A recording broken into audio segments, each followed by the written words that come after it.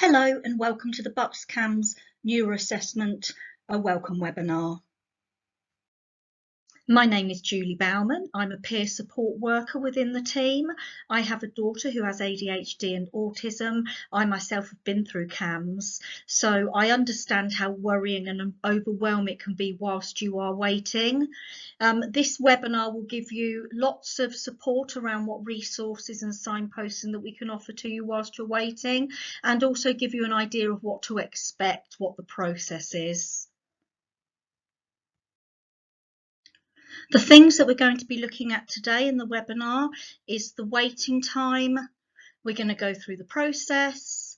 I'm going to tell you a little bit about the newsletter that we send out to parents, some of the resources that are available for you. And also I wanted to include a little bit about school because I know how hit and miss school can be. There are some incredible schools out there who are putting a lot of reasonable adjustments into place to support your young people. However, there are also a lot of schools out there who aren't putting anything into place, and that is where differences become difficulties for your young people when the environment's not right. So I did want to include a little bit about school for you. Going back up to the top of the list, which is the waiting time, we are currently looking at around 34 to 35 months for an assessment. I know that is an incredibly long time. Please bear with us. We have been lucky enough to secure extra funding, and what we have done with that funding is we have recruited extra clinicians, and we've also secured some extra space. So we'll be able to carry out more assessments on a monthly basis. This has been running for the past 3 months, and what I will say is that our waiting list times has started to reduce because of the extra funding. So, please be patient. We're working really hard to reduce those waiting times for you. Moving on to the process. Roughly around 3 months before your assessment, you'll be sent out a selection of forms, 8 in total. 6 of those forms are for you and your young person to fill in, obviously depending on how old they are, and 2 are for school to fill in. Now, we know that not all young people are attending school, or they may have just started a brand new educational setting. So a second setting is fine outside of school. So that might be weekend football club, it could be after school activity, it could be gymnastic club. It can be another place other than school. If you are really struggling to find that second setting, don't worry, just communicate with us and send your 6 forms back to us and we can work around it. We give 6 weeks to complete the forms and get them sent back. However, there is flexibility around this. If you do need longer to fill them in, or you're waiting for your second setting to send them back, just let us know and that won't be a problem at all. Once we've received them, a team of psychologists will review them and they will work out whether just one assessment is needed, which is a main 90-minute assessment with a clinician, or whether your young person requires a second assessment. And that's usually done on just not enough information on those forms. They just need that little bit more clarity. So for ADHD, the second assessment that may be requested is called a QB test, and that stands for computer-based test. Your young person will have a sensor attached to their head, which will then be connected to a laptop, and they'll do a series of really easy activities where they'll click a button whenever they see a shape. That will then get fed back to the computer, and a report will be generated on their focus, their concentration, and their impulsivity. Whilst they're doing that, a clinician will be in the room with them, and they will also be observing the young person.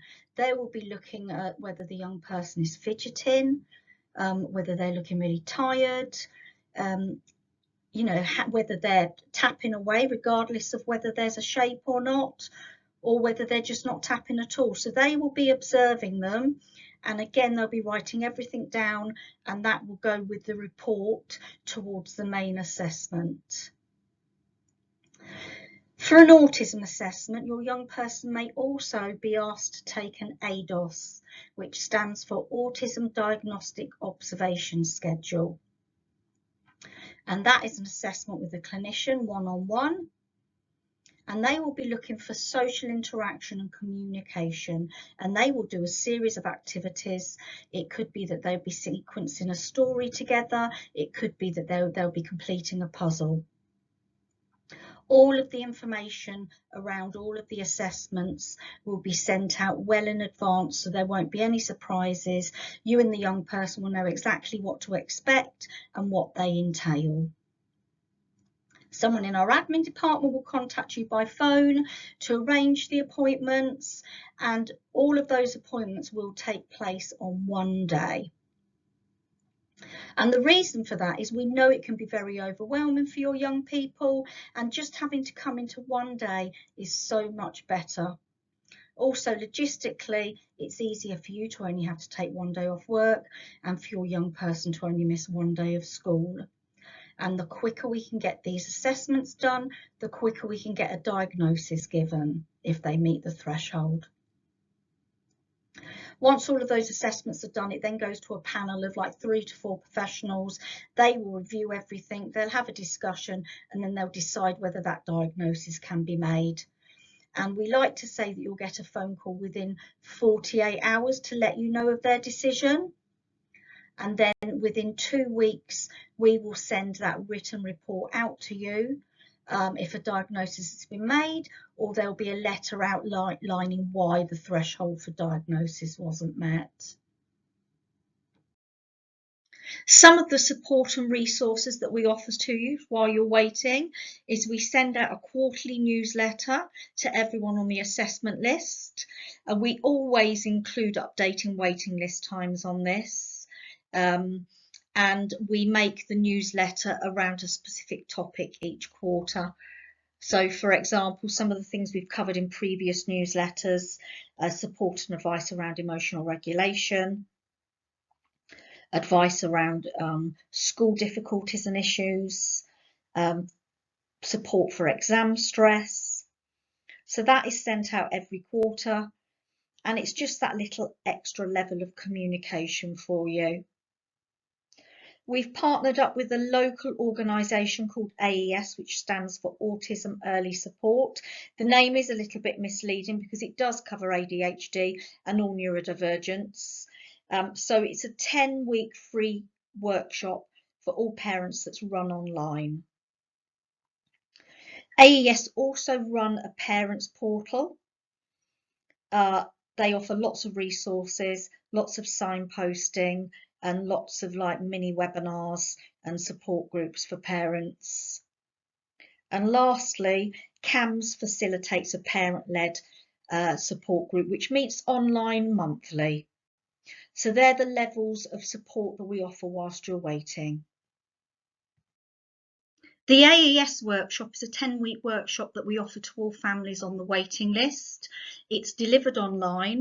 There is lots of flexibility in that you can choose either a daytime or an evening session, and it's run by a team of expert professionals such as speech and language therapists, special educational needs teachers, occupational therapists, and each session every week runs for between 2 to 2.5 hours.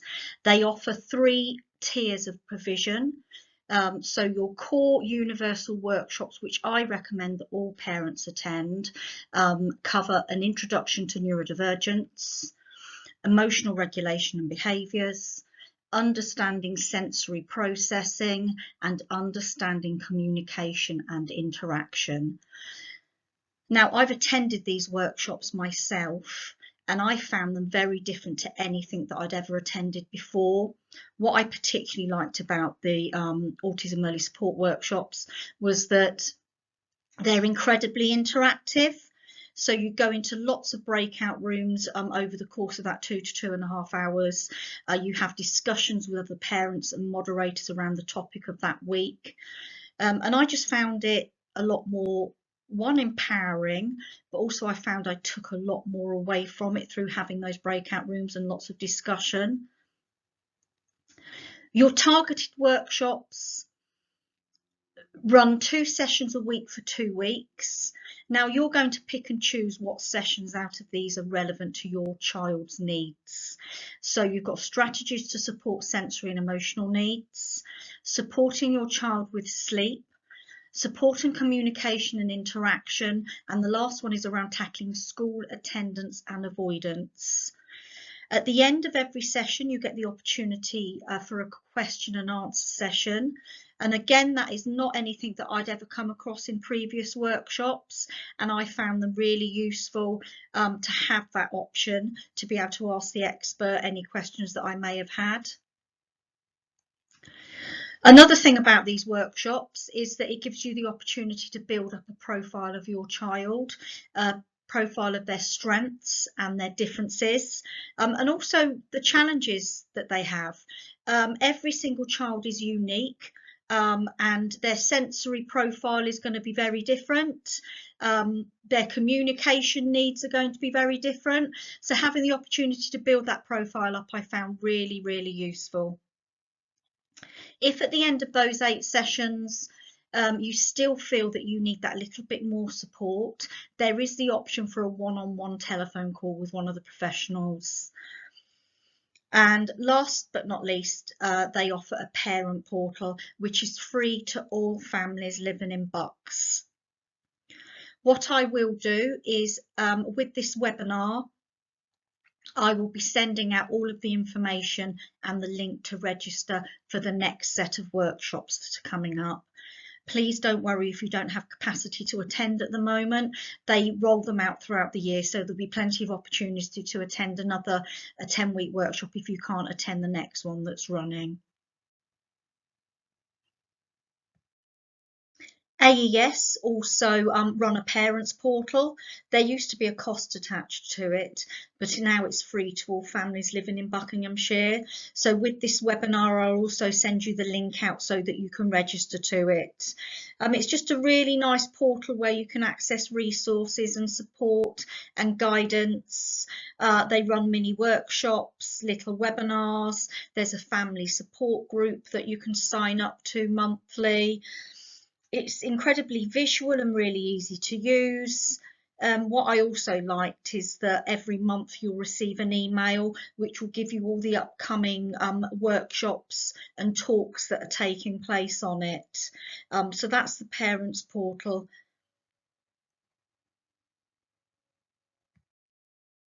The Walking With You parent-led support group meets monthly online for an hour and a half. It's a really nice, safe, confidential space to talk to other parents who have an understanding of what you're going through. I don't know about you, but I found it incredibly isolating. So it's really nice just to find a group of people that you can share your experiences with. Every month a professional will turn up and talk about a different topic, and some of the things that have been covered in past webinars have been special educational needs, and we actually had the director for SEND turn up and do a Q&A, which was absolutely amazing. And as you can imagine, he had a lot of questions fired at him. We had the mental health support team turn up and give a presentation around anxiety. We've had social prescribing discussed, bullying, cyberbullying, and the last one we had was around autism and ADHD. Roxy is the participation lead for this group. I've included her email, and if it's something you'd like to be sent a link for, if you could email Roxy, she will send you out all the information. If for any reason you can't attend a session, if you contact Roxy, she'll be able to send you out any PowerPoints, any resources, any slides from the session, which I found really useful because there have been quite a few that I've not been able to attend, but I was really interested in receiving the information on. So the Walking With You, the support group, I can highly recommend. Looking at school support, I spoke a little bit about it earlier, about how some schools are absolutely fantastic at making reasonable adjustments for your young people. and how other schools really aren't making any adjustments. And that's where differences become difficulties, because the environment's not right. School actually have a legal duty of care to make those reasonable adjustments so that your young person can access education and aren't getting overwhelmed and having to mask or go into burnout because of that. Little things like a visual timetable, having movement breaks for a young person who struggles to sit still and have focus and concentration can make such a difference. You know, some schools offer a space to work outside of the main classroom, which is really beneficial for your young people that are getting overwhelmed or really struggle with anxiety. And most schools now do run interventions to support emotional regulation and anxiety. So if this is something that you think that your school can help with, then I would speak to the special educational needs coordinator, work with them, and they should be able to advise whether that's something that they can offer your young person. So getting an EHCP plan, which stands for Educational Healthcare Plan. This is something that you can get without having a diagnosis, because it's done on your child's needs rather than a diagnosis. So for example, my daughter has autism and ADHD, yet didn't ever need an educational healthcare plan. She was very good at masking. She didn't have many needs that the school could see that they needed to support with. So an educational healthcare plan wasn't needed because they could manage her needs. If you feel that your young person is really struggling in their academic setting, speak to the SENCO about facilitating that educational healthcare plan. They will need to document how they're not meeting your young person's needs, and through that they will be able to apply for high block funding. That may mean that they can employ a one-on-one for your young person, or they can move to online learning, or they can have more specialised learning in like a forest school environment. That high block funding will fund that. That will help the school to support your young person in a different way. If you feel that a mainstream school is not the right environment for your young person, then that educational healthcare plan will enable you to apply for a more specialised school. You do have to have that to move into a specialised school, unfortunately. They will require that. Primary schools and infant schools are usually very good at facilitating that educational healthcare plan. In my experience, a lot of secondary schools will expect you to do that. So if you go through to the Bucks County Council website and type in apply for an EHCP, it will give you a step-by-step guide on what you need to do if school won't facilitate that for you. So the mental health support team cover around 80% of schools in Bucks, and what they do is they can go into a school and offer support around anxiety and low mood. So if that's something that you feel would benefit your young person, they offer between 6 to 8 sessions. What they use is low intensity CBT, which stands for cognitive behavioural therapy, and that has been proven to help with anxiety and low mood. School have to refer though. Unfortunately, CAMHS cannot refer through to that service. It has to be referred through by your school. So speak to your school to see if they are affiliated with the mental health support team, which is a pathway within CAMHS. Even without diagnosis, you can get extra time in exams. If school can prove that they cannot meet your young person's needs and your young person is really struggling and may benefit from that extra time, they can apply for that extra time through JCQ. You can also go on to JCQ to find out the guidelines on what the criteria is for requesting that extra time. I've put the website on here to go and visit to have a look at. You know, unfortunately for a lot of young people, if school is not meeting their needs and they are having to mask and reasonable adjustments aren't being made, they may get to the point where they can't attend school just because it is just too stressful and too overwhelming for them. And this is where EBSA comes in, which stands for Emotionally Based School Avoidance. I've included a website in there because Bucks County Council do offer a lot of support and guidance around EBSA. And the other website that I've included is called Not Fine in School, which is a parent-led support group. They offer a lot of advice and support. They also have a huge online Facebook group. Something like 60,000 members are currently signed up to it, and you can get a lot of support, resources and guidance within that Facebook group. So I'd really advise that if your child isn't attending school due to EBSA, contact either of those providers and they'll be able to provide you with some guidance around that. If your school are really not meeting your child's needs but also refusing to put into place any adjustments, a lot of schools will use the excuse that they haven't had a diagnosis. They don't need a diagnosis to get those additional support and guidance from school. I've provided two organisations here. So the first one is IPSIA, which is an independent organisation. They know everything around the special educational needs law, the legalities of what schools should be providing. I know they have a helpline. Like a lot of services, they are very busy. I believe their phone line's open at 9 a.m. So my advice would be try to call as near to 9 o'clock as possible, and you'll be able to speak to someone to give you advice and support. Sendias, which is another organisation that works very similarly to IPSIA, but they are run by the Bucks County Council. The way they work is you will fill in an online referral form and then someone will be in contact with you. I've recently filled it in with my daughter around issues with sitting her A-levels, and they actually got back to me really quickly. The next day I had an email with lots of advice within the email, and then I could have spoken to someone if I needed further advice from that. So IPSIA and Sendius are the organisations I would speak to hold school accountable.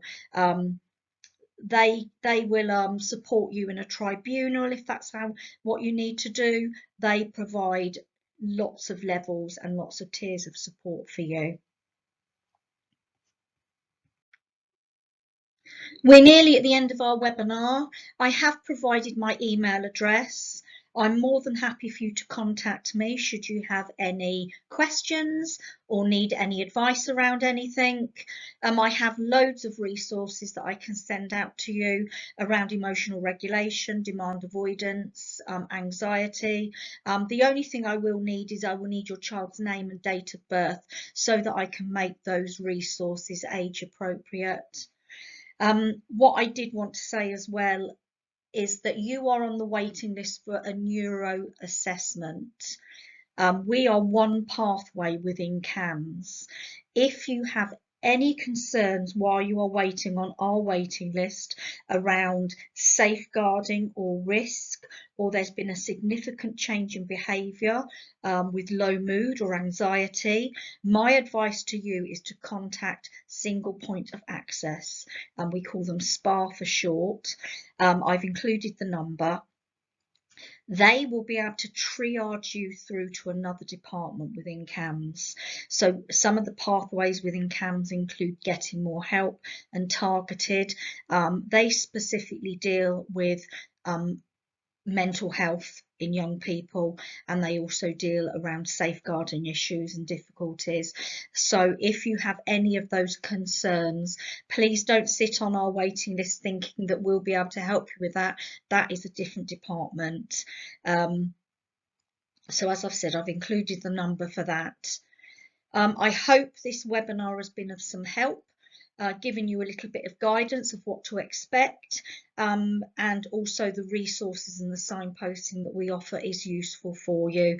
As I said, if you've got any further questions or need any advice, please feel free to reach out to me on the email that I provided. Okay, thank you very much.